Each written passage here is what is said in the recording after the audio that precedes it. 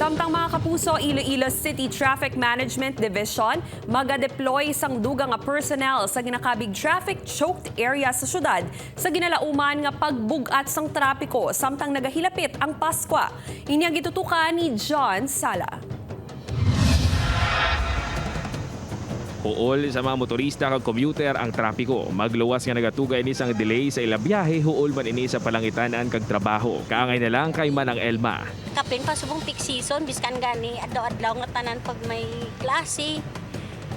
Talagang grabe ginada. Sang nagligad nga inadlaw sang talulupang do ng pagpugok sa masalakyan sa bahin sang Ungka flyover bisan hindi para rush hour. Gani na desisyonan sa alignment meeting sang DPWH 6 kag Iloilo City Traffic Management Unit nga palawigo na pagbukas ng flyover sa four-wheeled light vehicles umpisa alas 6 tubtob alas 10 ang aga kag alas 2 hapon tubtob alas 9 sa gabi. Because ang Ungka nga ang windows time na ton sa Ungka ginapalawig.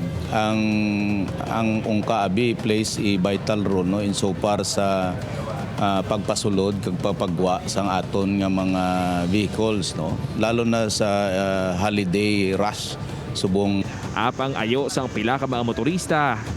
Mas mayo, it's better gidyatani nga wala limit bala ang time mo kasi ang volume kasi lakyan hindi mo maano mo 6 to 9 lang.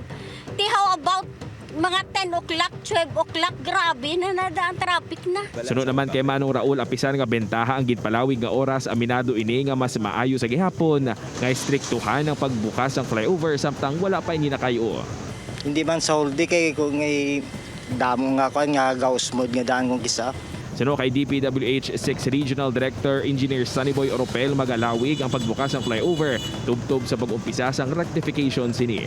Samtang magluwas sa bahin sang Ungka ginalauman man ang pagbugat sa trapiko sa ginakabig traffic choked area sa syudad sa Iloilo. Sa nagahilapit nga Pasko kag bagong tuig ilabi na ang padulong sa city proper area. Gani nag-strategize ang Iloilo City Traffic Management Unit sang mas epektibo nga deployment sang traffic aid sa syudad.